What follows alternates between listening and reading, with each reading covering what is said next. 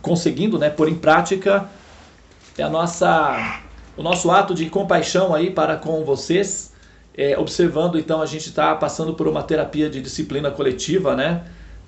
Principalmente eu me coloco muito aí nesse ponto, porque como a minha missão, meu dharma principal é falar, e assim, às vezes o momento, a inspiração para falar aparece numa situação em que vai comprometer outra.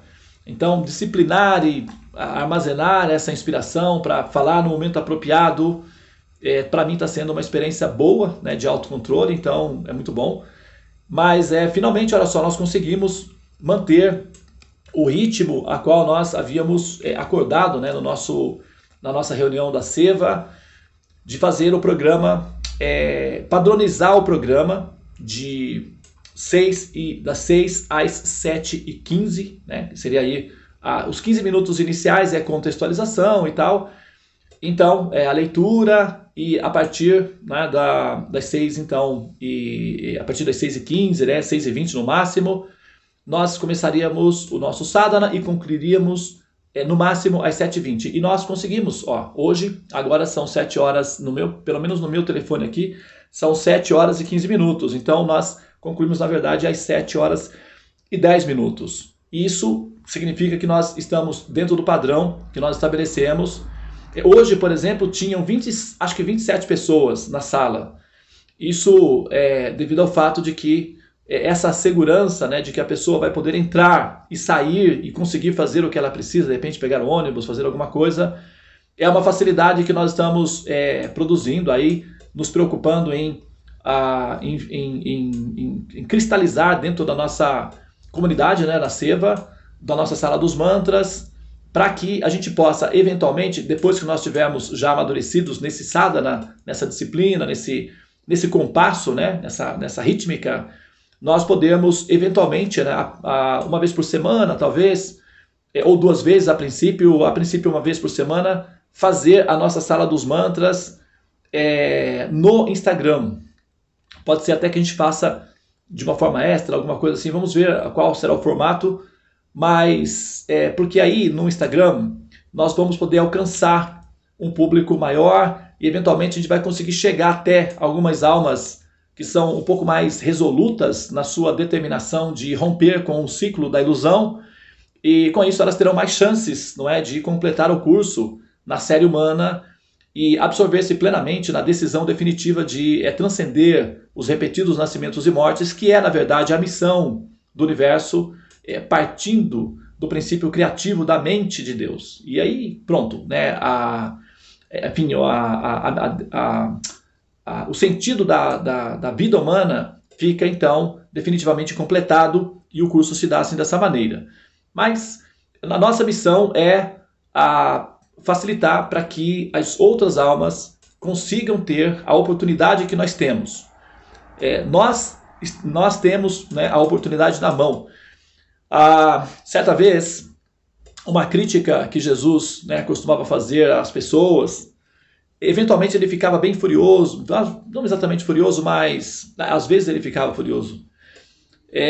Porque assim, é como uma mãe, né, quando lida com muitos filhos, e os filhos são letárgicos, dispostos de má vontade para entender a mensagem, então essa mãe, ou ela roda a baiana, ou ela se torna uma refém cativa de crianças tirânicas. Então uma mãe sabe que se ela não se apresentar como mãe, eventualmente ela se torna uma escrava. E Jesus era uma mãe, então de vez em quando ele fazia questão de demonstrar que ele estava na função de mãe. Então ele ficava bem, aborrecido com certos comportamentos. E em determinados momentos ele comentava que vocês que estão na porta do céu são semelhantes a mortos-vivos. Porque não entram, tampouco permitem que outros entrem. Então vocês estão interrompendo a entrada, a passagem. Por favor, ou decidam-se definitivamente a entrar, ou então libere o espaço para que outros que querem possam entrar. Então, isso era a orientação que ele dava, não é?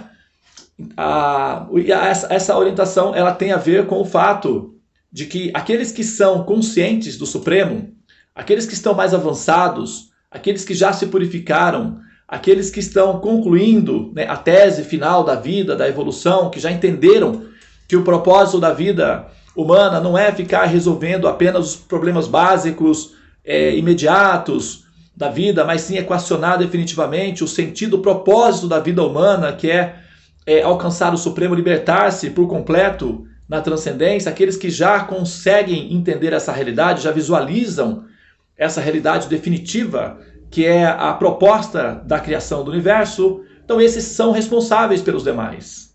Esses são aqueles que se tornam, ao menos na tese, amigos de Deus, né? Companheiros da missão do Supremo. Essa missão de resgatar as almas da ignorância, da letargia, da ilusão em que elas estão, acreditando serem os corpos e mantendo-se aprisionadas nesse campo de repetidos nascimentos e mortes.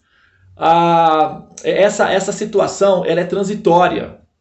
E a função do universo é justamente lembrar a entidade viva, ou dar condições para que a entidade viva observe, devido à precariedade, à dissolução contínua, de que essa realidade não é permanente. E portanto, por não ser permanente, ela tem uma função específica, que é produzir um conhecimento impermanente. Então, aqueles que já entenderam essa função do princípio criador de Deus, eles se tornam coadjuvantes na missão do Senhor Supremo. O Senhor Supremo, a suprema personalidade de Deus, é o único ser que permanecerá eternamente no chamado mundo material, por incrível que pareça. Ele é o único ser que permanecerá eternamente dentro da simulação. Todas as outras almas sairão. Aquelas que já saíram, já saíram. Nós somos as que estamos no momento em que sairemos, inevitavelmente. E virão outras, depois de nós, que ocuparão as nossas posições atuais. Viverão as mesmas epopeias que nós estamos vivendo no momento. Porém, o Senhor Supremo esteve aqui no passado, junto com aquelas que já saíram, está aqui nesse momento junto conosco, as que estamos, e ainda estará aqui quando as outras chegarem. Portanto, ele é o único que permanece aqui, permanentemente e eternamente, acompanhando a alma e auxiliando na sua imensa jornada e a epopeia incrível que é a apoteose no despertar no reino de Deus, onde ela está destinada a viver eternamente a delícia de ser alma em estado de Ananda, bem-aventurança. Então, quando nós sabemos dessa função do universo, nós estamos em harmonia com a mente criativa de Deus, né? O motivo pelo qual, né, o universo foi criado. E quando a pessoa, a alma, sabendo dessa missão de Deus, aceita voluntariamente no seu coração participar, ou seja, auxiliá-lo, isso é o equivalente de ter compaixão de Deus, ter amor a Deus, ter compaixão dele. E auxiliá-lo na sua função de resgatar as almas, devido à ansiedade do coração de Deus, pelo fato de ser mãe e ser a mãe de todas as entidades vivas, é o ser mais ansioso, é o ser mais ocupado. Nenhum ser é mais ocupado ou mais ansioso que as mães, porque elas estão o tempo todo pensando em seus filhos. E assim é a Suprema Personalidade de Deus também. O mantra de hoje, o Sri Upanishad, informa que embora muitas unidades completas emanem do todo perfeito, ele permanece perfeito em si mesmo, né?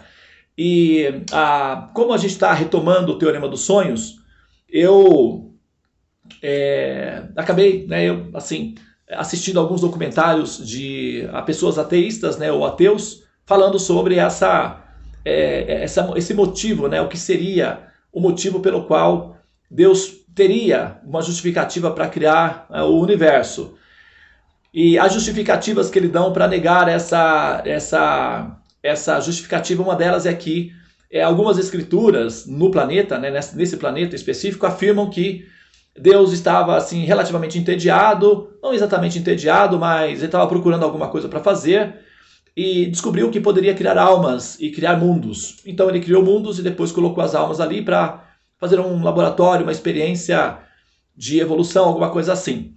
E essa explicação do sentido da criação do universo, ela dá, evidentemente, né, margem a que os ateus façam sobre essa afirmação um banquete de piadas e toda sorte de desgostos possíveis, que na verdade está fundamentado em razão, né? No fundo, assim, não no fundo, mas evidentemente os ateus estão cobertos de razão quando fazem a crítica ao motivo da criação de Deus. Só que eles fazem isso baseado, evidentemente, na explicação que eles ouvem de algumas escrituras. Porém, não é o caso dos Vedas, né? A nossa situação é muito diferente, então a crítica é completamente inválida para o posicionamento védico. E esse é um dos exercícios que nós vamos fazer lá no programa do Teorema dos Sonhos. Mas o que eu queria dizer é que o motivo da criação do Supremo, que é justamente o despertar das almas, devido ao fato da sua condição inexorável de ser um ser em estado de bem-aventurança, de ananda e de amor, portanto, expandindo-se ilimitadamente, temos o fato de que quando nós nos tornamos conscientes desse princípio amoroso, desse princípio consciente e inteligente de Deus, ao criar uma simulação, nós então podemos participar da sua missão, e com isso nós nos tornamos muito queridas, imprescindíveis para Deus, tá? É como, por exemplo, claro que nós não somos capazes de fazer a missão, mas nós somos capazes com Deus. Como, por exemplo, eu vou dar um exemplo bem simples para concluir aqui a minha fala. Imagine que você é a mãe de uma criança, ou você é o pai de uma criança, e como pai você está trocando o pneu do seu carro, como mãe você está cozinhando no fogão. A sua filhinha querida aproxima-se de você e também quer te ajudar a cozinhar. Você sabe dos perigos, sabe das limitações, da incapacidade que ela tem de fazê-lo. Porém, ainda assim, você simula que ela está te ajudando. E isso inclui a sua filhinha querida na sua experiência de vida. Aumenta o amor dela por você e você também a treina para compreender as funções de Deus ou as funções do adulto. Então, o pai, ao ocupar a criança para trocar o pneu do carro, faz todo o esforço sozinho, mas ele faz questão de parecer ou de atribuir ao seu filhinho querido o sucesso da missão. Então, assim também é a suprema personalidade de Deus, que nós não somos capazes de realizar a missão dele. Porém, devido a seu amor, a nós é atribuída o sucesso da missão. Então, nós nos sentimos co-participantes da sua missão e sentimos, inclusive, a emoção do sucesso, por incrível que pareça. Parece que somos nós que fazemos.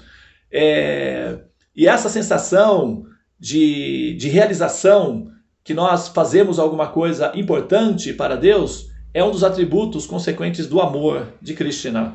Então, eu convido vocês a compreenderem bem o que nós estamos fazendo aqui e compartilhem com outros, não é? Essa bem-aventurança. Não é necessário que você traga para a sala dos mantras, se você tem alguma restrição em relação a isso, ou sei lá, qualquer que seja a sua dificuldade, você pode fazer exatamente o que nós estamos fazendo aqui. Não precisa ser exatamente nesse horário da sala dos mantras, mas você pode ensinar um amigo ou uma amiga a aprender a entoar o Mahamantra, junto com ela, dar as primeiras orientações acerca do mantra. Tudo que você aprende aqui você pode ensinar. E você pode assumir a sua posição de mestre, de orientador, aquele que ensina, aquele que liberta o ser. E com isso você vai então fortalecer a sua relação de amor, a sua relação de amizade com Deus. Krishna, ele diz aí na Bhagavad Gita, ele dá a seguinte afirmação. Teshan, não é? Como nós falamos aqui, Aham savasa prabhavo matsavan pravartante itimat tabajanteman bhudabhava samam bitaha, que iluminando-se a bhudabhava, eles são iluminados, esses seres que sentem a sensação da iluminação, eles estão inclinados a compartilhar esses conhecimentos. E aqueles que, compreendendo o meu coração, me ajudam a espalhar esse evangelho, esse conhecimento, essa sabedoria suprema de amor ao Supremo para as outras entidades vivas, ou seja, para os outros devotos, essa pessoa me é muito querida ao coração. Eu não consigo reconhecer nenhuma outra que me seja mais querida e ela sempre será senhora de meu coração. E para essa pessoa, o serviço devocional puro e a morada de Deus é um fato irrevogável. Então, se você quer sentir a sensação de ser um habitante do reino de Deus, um habitante dos céus, sentir a emoção de ser ligada à fonte, religar-se finalmente à fonte, absorva-se na missão do Supremo. Participe do projeto de emancipação e de despertar das almas, e você vai então acelerar o seu processo de emancipação. Essa é uma ciência que se aprende ensinando. E esse é um alimento que você alimenta-se alimentando o outro, tá? O processo torna-se então coletivo. E com isso nós superamos o nosso egoísmo, o nosso ateísmo, o nosso comodismo, a nossa letargia, sacrificamos as nossas ignorâncias em função do bem-estar da humanidade. Isso é, em suma, compaixão. E isso significa humanizar-se. E humanizar-se é o conteúdo do curso da série humana. Muito bem, então eu vou ficar por aqui agora. Namastê, Hare Krishna, Krishna Krishna, Hare Hare, Hare Rama, Rama Rama, Hare Hare. Ó energia suprema, amor divina, desperta-me, eleva-me, envolve-me, protege-me. Hare Krishna.